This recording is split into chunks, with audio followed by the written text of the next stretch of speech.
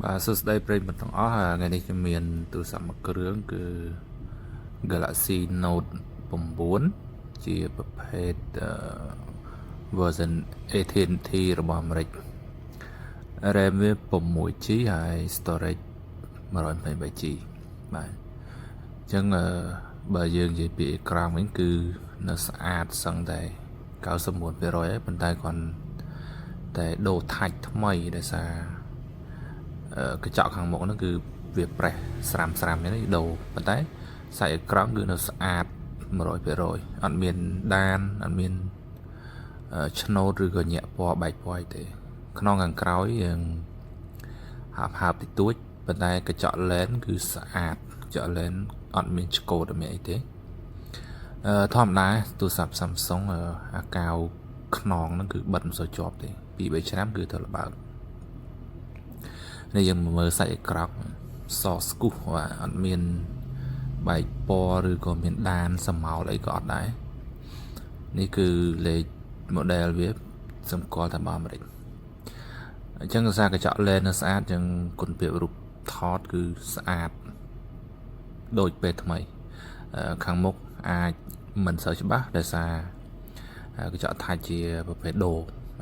ហើយtrongវីដេអូខ្ញុំនឹងដាក់រូបភាពគំរូខ្លះមានថតពេលយប់ថតពេលថ្ងៃចេញពី Galaxy Note 9 ហ្នឹងប៉ុន្តែផ្ញើចូលទូរស័ព្ទមួយទៀតតាមរយៈ Telegram មិនដឹងថាវាច្បាស់ប៉ុណ្ណាអានេះគឺបង្ហាញពីគុណភាពថ្មអ្នកនរគ្នាអាចទៅ Play Store អាចទាញយកកម្មវិធីមួយឈ្មោះ Ampere កម្មវិធីហ្នឹងដាក់ទៅគឺឆែកដឹងទាំងអស់ថាថ្មហ្នឹងវាសាកបានប្រហែលដងហើយគុណភាពវានៅល្អឬមិនល្អក្នុងនេះគឺដាក់ថាល្អ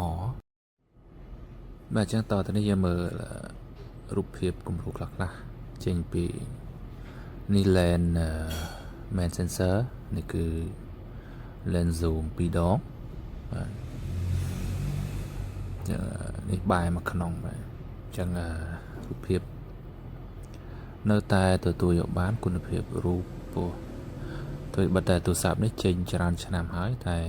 គុណភាពរូបការប្រើប្រាស់អីបាន complete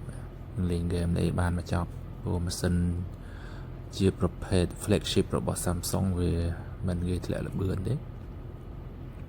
រូបភាពទទួលយកបានព្រោះបើតែវាអត់មាន lens zoom អីឆ្ងាយដូចបច្ចុប្បន្នហើយចំណែក4រូបចុងក្រោយនេះគឺរូបថតពេលល្ងាចបាទនេះពេលអស់ពលឺព្រះអាទិត្យណារូបភាពវាឲ្យបានសមរម្យណាស់ដូច្នេះបើសិនជាចាប់អារម្មណ៍អ្នកនរគ្នាអាចអ្នកតំណងដើម្បីយក Galaxy Note 9 នេះទៅប្រើបានតម្លៃអត់ដល់100ទេក្រោម100ច្រើនដែរបាទសូមអរគុណ